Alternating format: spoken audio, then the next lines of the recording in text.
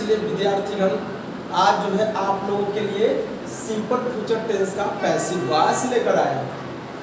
Simple future tense का जो structure होता है subject plus shall will plus V one plus object. Shall और विल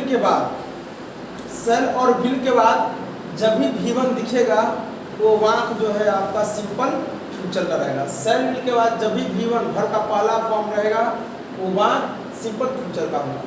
इसका पैसिव स्ट्रक्चर क्या होगा? तो सबसे पहले इसके ऑब्जेक्ट को पैसिव सब्जेक्ट के रूप में लिखेंगे, इसको पीएस बोलेंगे।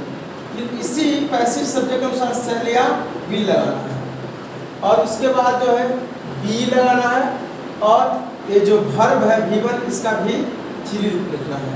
इसके बाद बाय का प्रयोग करना है और इसके सब्जेक्ट को पैसिव ऑब्जेक्ट के रूप में लिखना है और ऑब्जेक्ट वाला रूप लिखना है।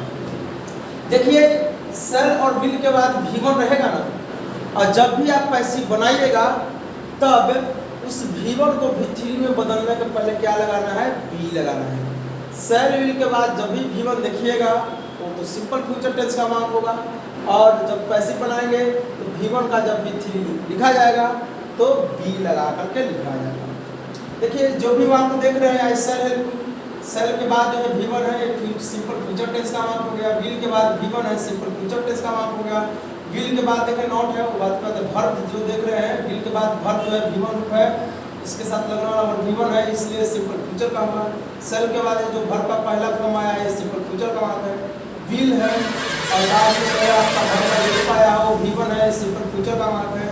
विल है और ये जो वर्ब का रूप आया है फर्स्ट फॉर्म तो ये सेंटेंस आपका सिंपल फ्यूचर का है। लेकिन ये आपका इंट्रोगेटिव निगेटिव का हो गया, ये जो है आपका इंट्रोगेटिव का है, ये आपका सिंपल फ्यूचर टेंस का निगेटिव का है और ये भी सिंपल फ्यूचर टेंस का निगेटिव का और ये असर्टिव का है।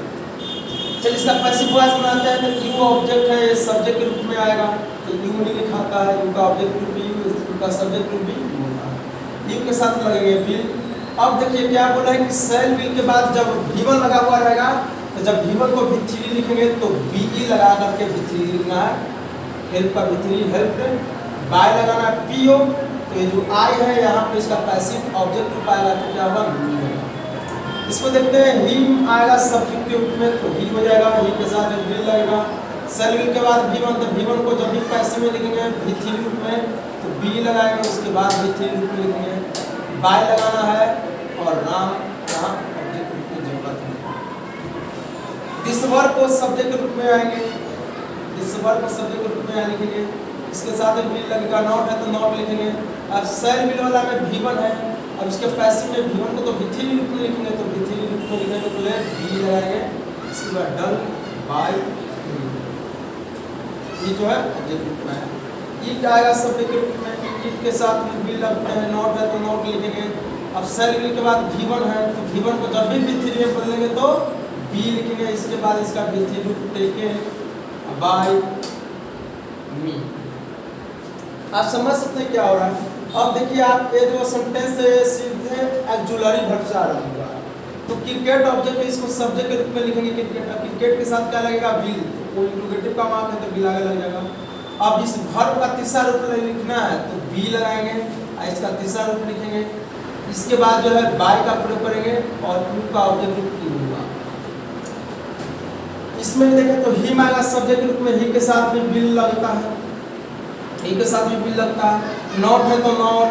अब वी1 को वी3 में लिखना है यहाँ पर तो बीई और इसका लव का वी3 रूप लव हो गया बाय हर। बिल्कुल ही आसान है। जब भी आप सेल और विल के बाद वी1 देखिएगा, जब भी सेल और विल के बाद वी1 देखिएगा तो पैसिव में वर्ब का तो तीसरा फॉर्म में प्रयोग होता है। तो सेल विल के बाद वी1 रहेगा तो वी1 का वी3 रूप लिखने के पहले बी लगाना है।